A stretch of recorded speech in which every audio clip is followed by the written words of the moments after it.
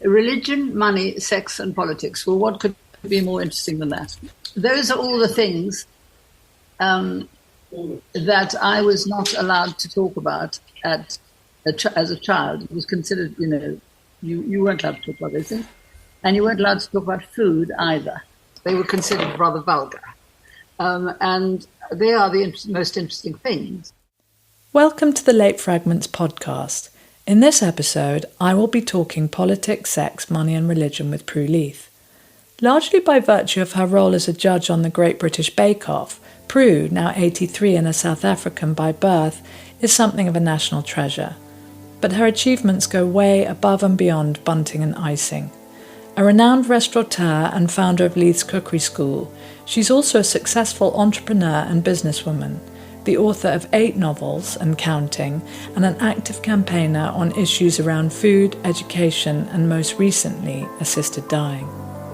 As busy, if not busier, than someone a quarter of her age, Prue was unable to meet face to face, but I couldn't turn down the opportunity of talking to her, so the interview was conducted over Zoom.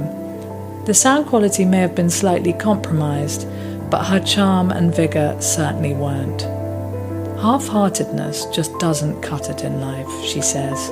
We can all start something, but it's the keeping it going that matters. I hope you enjoy listening. It would be good to start with politics, because I know that your mum was very politically active. Is that right? No, my mama was not politically active in the sense that she belonged to a political party or campaigned or anything. But what she did do with a group of other women, white women, because of course there would be no black members allowed, because the whole thing about apartheid was black and white people were not allowed to mix. But she and another bunch of liberal-minded women set up a thing called the black sash. And they would wear a black sash on their clothes, and they would go and stand on the town hall steps and protest about apartheid and have eggs thrown at them. I remember her coming home with egg yolk all over her black jacket. But her main area of objection was that being an actress and a impresario and producer, she was really frustrated that she wasn't allowed to have mixed audiences. And the apartheid rules allowed black people to attend a play, but they would have to be an all-black audience. Well, since black people were not educated, by and large, over the age of 10, because the regime wanted a class of workers, not intelligentsia, they would not have been the audience that would be likely to want to go to Shaw or Shakespeare or all the great British playwrights, who, of course, were what my mother was concerned with. So she would never have got more than 10 black people in a black audience, which would have been uneconomic for everybody.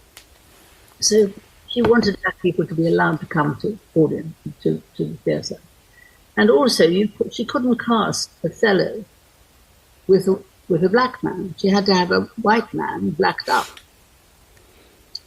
And there were some fantastically good black actors who, once apart, they either left South Africa and went off and became quite famous, or they had to wait till the ANC got into power and they were allowed to, and apartheid was abolished. And was the cause something then that you were infused with yourself? Not really. No, I was a typical South African young woman. I knew my parents were very liberal. I think I was, we had black servants, and I was absolutely devoted to my nanny, and we had sort of really good friendly relations, but they were still employer servant relations. I never went to their houses, and they had rooms at the back of our house, sort of little compound for the servants, and they were respectable living quarters, and I suppose by the impoverished standards of most black people, they were luxurious, but they were certainly nothing like as nice as ours. And that never seemed to me odd. I never questioned when I was young, when I was a child, I never questioned that my nanny had to sit at the back of the bus and I had to sit at the front of the bus. Or that, if I walked along the pavement with a lot of giggling school friends, a venerable black man would get off the pavement, walk in the gutter, let us pass. All these things only hit me when I had been abroad and went back and realized what kind of a society I'd lived in perfectly happily. You have become, I believe, very politically engaged. You've thrown yourself actively into the debate about education, food in schools, assisted dying. You're very engaged politically, is that fair to say? Yes, I am, but not party politically, interestingly. I mean, I voted for all spectrums of the political rainbow in my time. Mostly I've voted in my long life for the woolly middle, in the woolly liberal middle, SDP and liberals and so on, all of whom have achieved absolutely nothing and are disappearing so fast they might as well not exist. I've never been party political very, very much. Of course, I have a Tory MP son, so people always assume that I'm Tory, and I have this posh voice, and I live in the Cotswolds, and a lot of my friends definitely are Tory, so I can see why I'm just assumed to be Tory. A rich Tory bitch is what Twitter called me quite often. And the reason I think you think of me as political is because it's not so much political as that I'm a kind of one of those interfering women who always want to fix things. When I would be walking down the street with my children when they were little, if I saw a plastic bag blowing on the pavement, I'd go and pick it up. I once heard the wife of the chairman of British Rail being asked what she felt when she went into a train lavatory and it was dirty and there was blue paper all over the floor. So, what do you feel, Lady Parker? They said. What do you do? And she said, well, I clean it up, of course. And I recognize myself in that. I mean, I'm forever tidying up train lavatories. It's that thing of seeing a gap and thinking, that could be fixed. I know how to fix that. Well, if I know how to fix that, I would fix it, or at least try. And so I think I was, at one point in my life, I was chairman of the Royal Society of Arts, the RSA. And I don't know if you know much about the RSA, but it is my model organization because it's a sort of think and do tank. Yes, it's a think tank. It has lots of clever people writing clever reports. But the idea is never to write a report which will gather dust on the shelf. It's to write a report that can start a little revolution, that can fix a problem. And so in its time, the RSA has done all sorts of things. It's been the progenitor, I think, perhaps that's not quite the right word, but the founder, one of the founders of all sorts of organizations like the London School of Economics, the National Trust, the Lifeboat Association, and all of these things would have been because members of the RSA thought there's a problem. People are drowning at sea. We need to do something about it. There's a problem here. We are destroying our heritage. We better set up a National Trust. And I have much of that spirit in me, that if you think something's wrong, you should try and help it, fix it. And I love being chairman of the RSA simply because of that. We did lots of things that we started, for example, a scheme to teach children to cook at school, and we got it funded by Waitrose. And it ended up a really successful charity, driving buses all around London, and all around the country, which turned into teaching kitchens. And we taught not just the children, but the teachers. Most teachers couldn't cook. Primary school. And that was called Focus on Food, and I was really proud of that. And that just came out of asking our members, what's wrong with, I gave a lecture about food, And then a whole lot of people came around and said, well, let's do something about it. It's wonderful, your proactive spirit. Not everybody has it. Well, I think I'm very energetic. I think a lot of people don't do stuff, although they'd like to, but they just don't have the energy. And I have too much energy, which is very tiring for everybody around me. And my children sometimes say, Mum, you are so tiring. So I can see that's not all a good thing. But yeah, and I do have a lot of energy. And of course I enjoy it. And I'm a tremendous egotist anyway. So I like to be the one that gets in there and stirs the pot.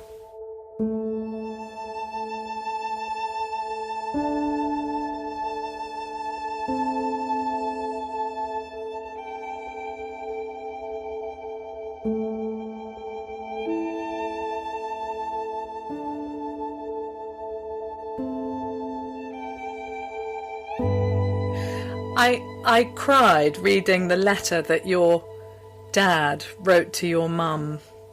Wasn't it a wonderful letter? Yeah. Oh, before his operation for a cancer that eventually killed him. But I did wonder what your view of sex and relationships was growing up, if you were the child of a love story, which you obviously were. I obviously was. And I do remember my father saying to me that it was very interesting, because he said that he was of that generation that believed that if women had sex before marriage, they were tramps, and nobody'd ever have any respect for them ever again. And if you slept with a man, he would leave you the next morning, and he would have no respect for you. And I truly believed this, and so that made me feel incredibly guilty, as of course I didn't obey any of their rules, but I always felt that I was a tramp. And I knew that it really was, I never ever heard my parents quarrel. Presumably they must have. But I never heard them quarrel. And so I did grow up with this, and it was interesting, because I always knew that their relationship they were more important to each other than we were. We were a little band, my two brothers and me, and we were definitely the bit part players in this family. I mean, we all adored my parents, but their love for each other was definitely felt.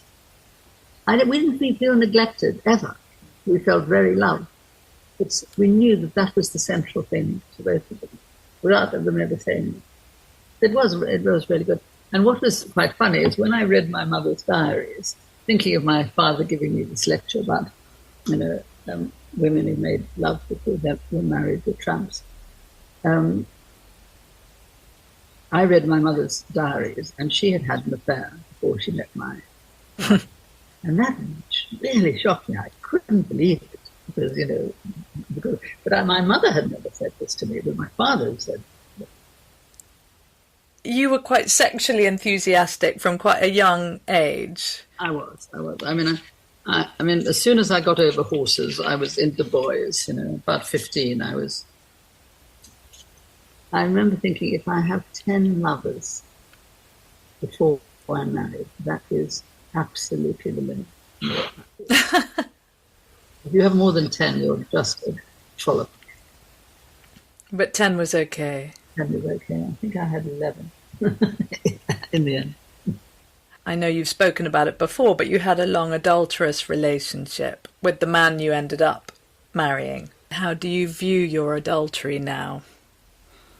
Well, the interesting thing is I still don't think it's the right thing to do. I don't approve of adultery. I feel really upset when my girlfriend's husbands cheat on them, or I hear of somebody who's having an affair with somebody else. I just think, it's so unfair and so on.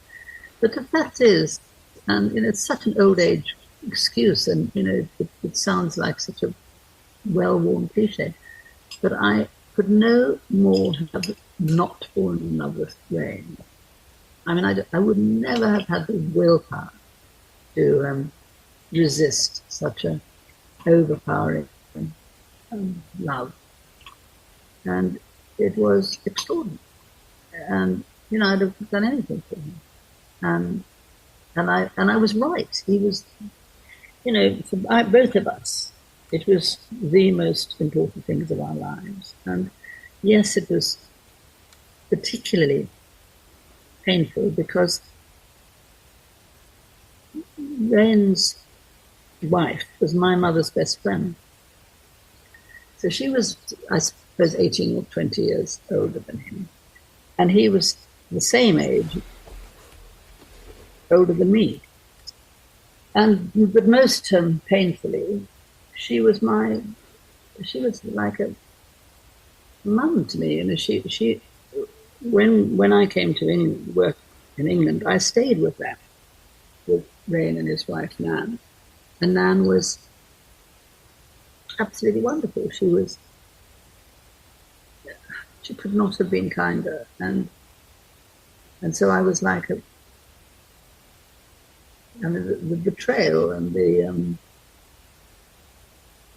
deceit and all the rest of it. It seems to be amazing that I could do it.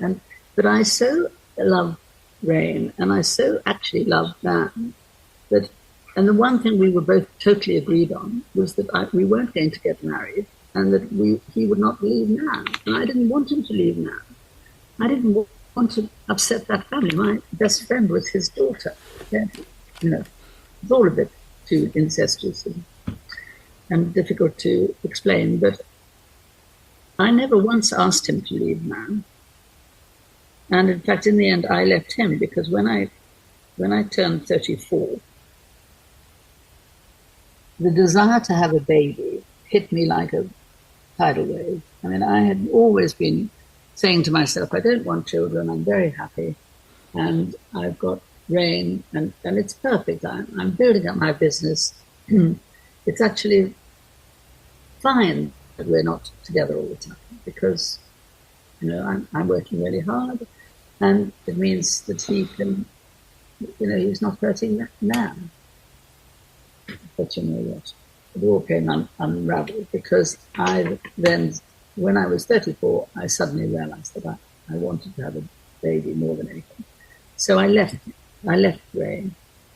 It didn't work. I ran away with somebody. I thought the easiest way to get away from Rain would be to get hooked up with somebody else. And so I did. Anyhow, it didn't work because he'd run away from his wife. I'd run away from Rain. Neither of us were happy, and we both wanted to go back to where we were. But of course, it was still hugely hurtful for Nan. Absolutely awful for her. But both of them were wonderful people, and they just decided that they were not going to let this catastrophe, from their point of view, absolute wonder for mine, of him leaving Nan and marrying me. They were not going to let it ruin everything. And so Nan just said to her children, we're all going to behave properly, then nobody's going to fall out. Rain is still Rain, Prue is still Prue. By then we had our house in the country. And after a while we had our house in the country. And Nan used to come down many weekends and stay with us and have Christmas with us and Easter with us and see the family all the time. 10 years after Rain died, which must have been beyond devastating. He died in 2002, I think. I did. And 10 years after that, you remarried. You married your current husband, John. Yes. And what I'd love to know from you is how, at its best, does a good marriage look? Well, John could not be more different from Rain. John is very sensible and gregarious, and so unlike Rain in the sense that Rain he was practically reclusive. And John has been, he has saved my life really, because I think I need somebody to love. I'm doing this one-woman show at the moment. Mm. And we have questions after the interview. And one of the questions, inevitably, is about falling in love at 70. You fell in love at 70. How does that feel? Well, to be honest, it feels exactly like falling in love at 17. You have the same heart-banging and concern that, can I ring him up? Dare I text him? Does he really fancy me? Am I imagining it? All that stuff at the beginning.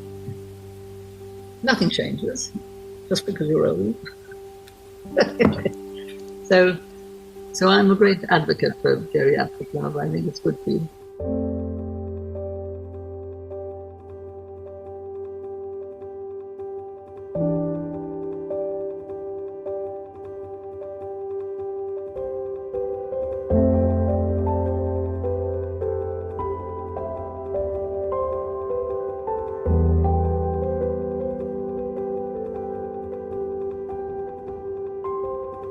How do I view the value of money? Well, I think it's naive and ridiculous to think it's not important. I mean, you talk to anybody who has no money and it dominates their life. Of course it does. I mean, you don't know where your next meal is coming from. So true poverty is appalling.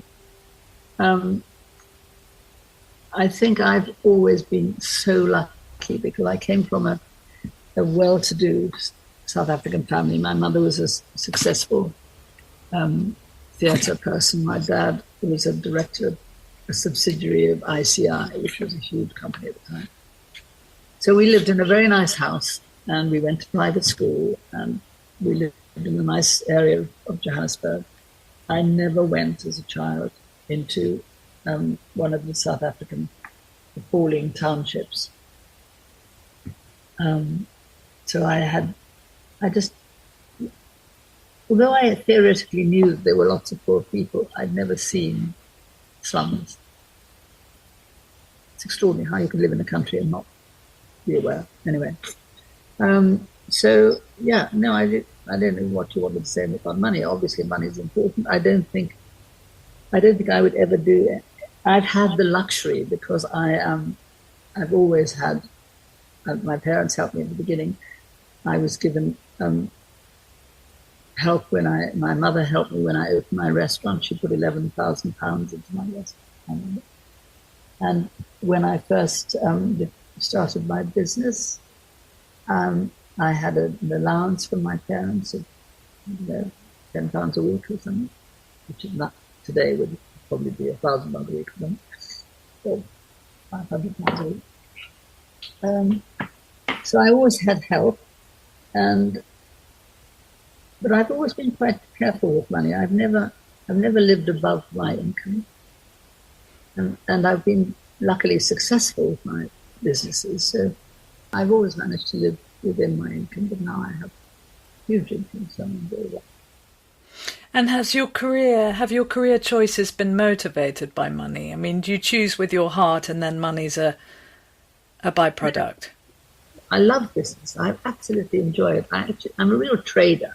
The reason I have a glasses range and a necklace range is because I actually love trade. I love making stuff and I love designing things and I love people buying them.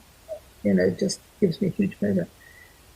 But the business, I've always been saying to students, don't be scornful of profit. I went to talk to a whole lot of art students at Goldsmiths College once years ago. And I met this wall of people saying art for art's sake. And because I was saying that I thought the college should teach them marketing skills, that it's no good being the best silversmith or the best painter or the best sculptor in the world if nobody's going to buy your work. The only way you can go on making beautiful artwork is by selling some of it and telling them how important money is. And I've never taken a job just because the money is good. However, I don't think I would have done, let's say, Bake Off if I was supposed to do it for free. And you know what? I am so grateful to it because for an awful lot of the things that I can do now, I wouldn't have ever got a one-woman show off the ground, would I, if it wasn't for Bake Off? Because every single one of those people who buy tickets to see me come because of Bake Off. I mean, they like me. So they come because they like me, and they like me because they like makeup. I do think that happiness makes a huge difference to one's energy levels. And John is really encouraging. He's always up for anything. And that's extraordinary. I mean, he's come with me. We've done 33 of these one-woman shows, and he's come to every one. I mean, he doesn't know. He often sits at the back and reads his Kindle. I don't expect him to watch me take the same thing I got to back. But he's always there, and he calls himself my bag carrier, but he's far more than just a bag carrier. I mean, I wouldn't do it if it wasn't for him, because it wouldn't be any fun. It wouldn't be so much fun. It would be quite a bit of fun, but I don't think I would have done it if he wasn't coming with me. So that's terrific. I'm really lucky with that.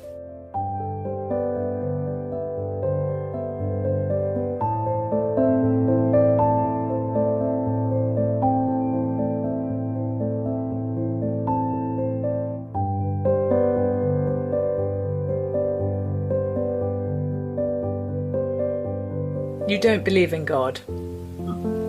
It's a wonderful fairy tale.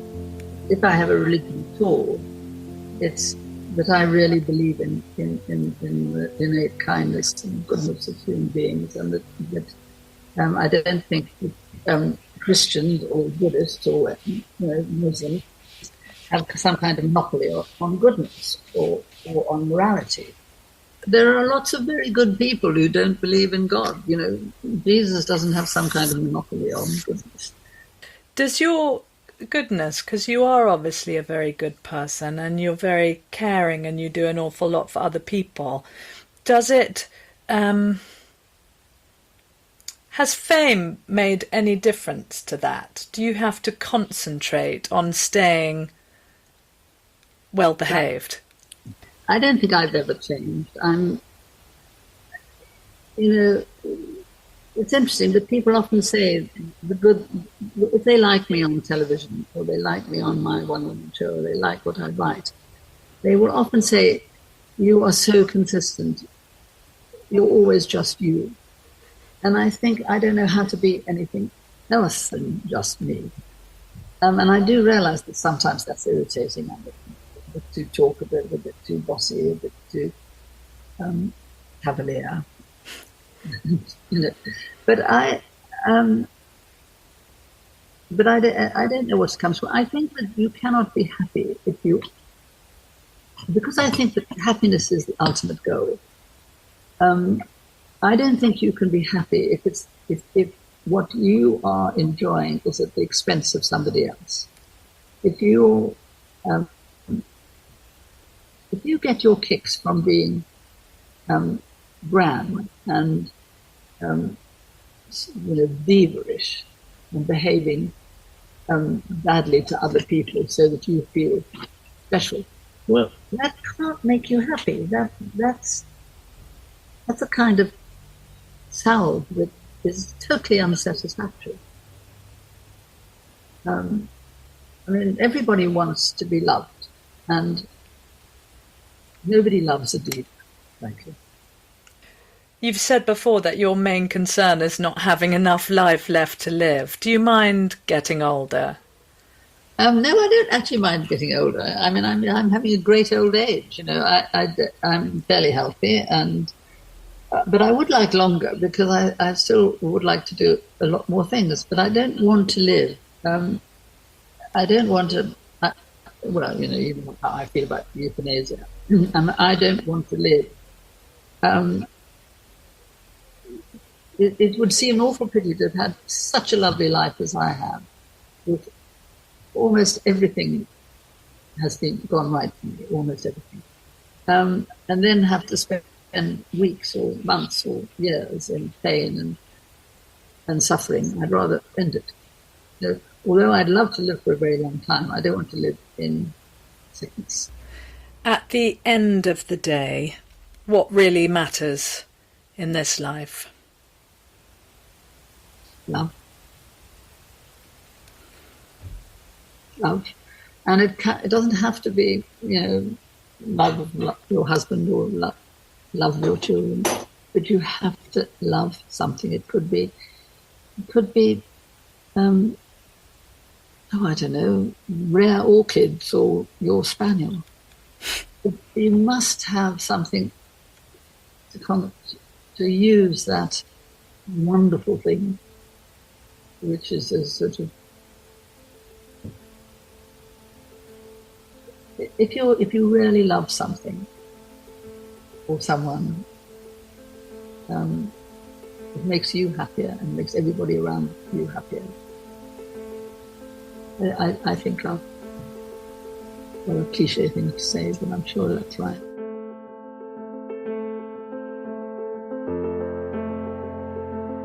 Thank you for listening to the Late Fragments podcast. If you're enjoying the series and would like to hear more, please subscribe on your podcast app of choice. In the next episode, I'll be talking to the legendary travel writer Colin Thubron about self-sufficiency, wisdom in action, and tying up life's loose ends. In the meantime, my thanks to Harry Dundas for the sound production and original score. Until next time, goodbye.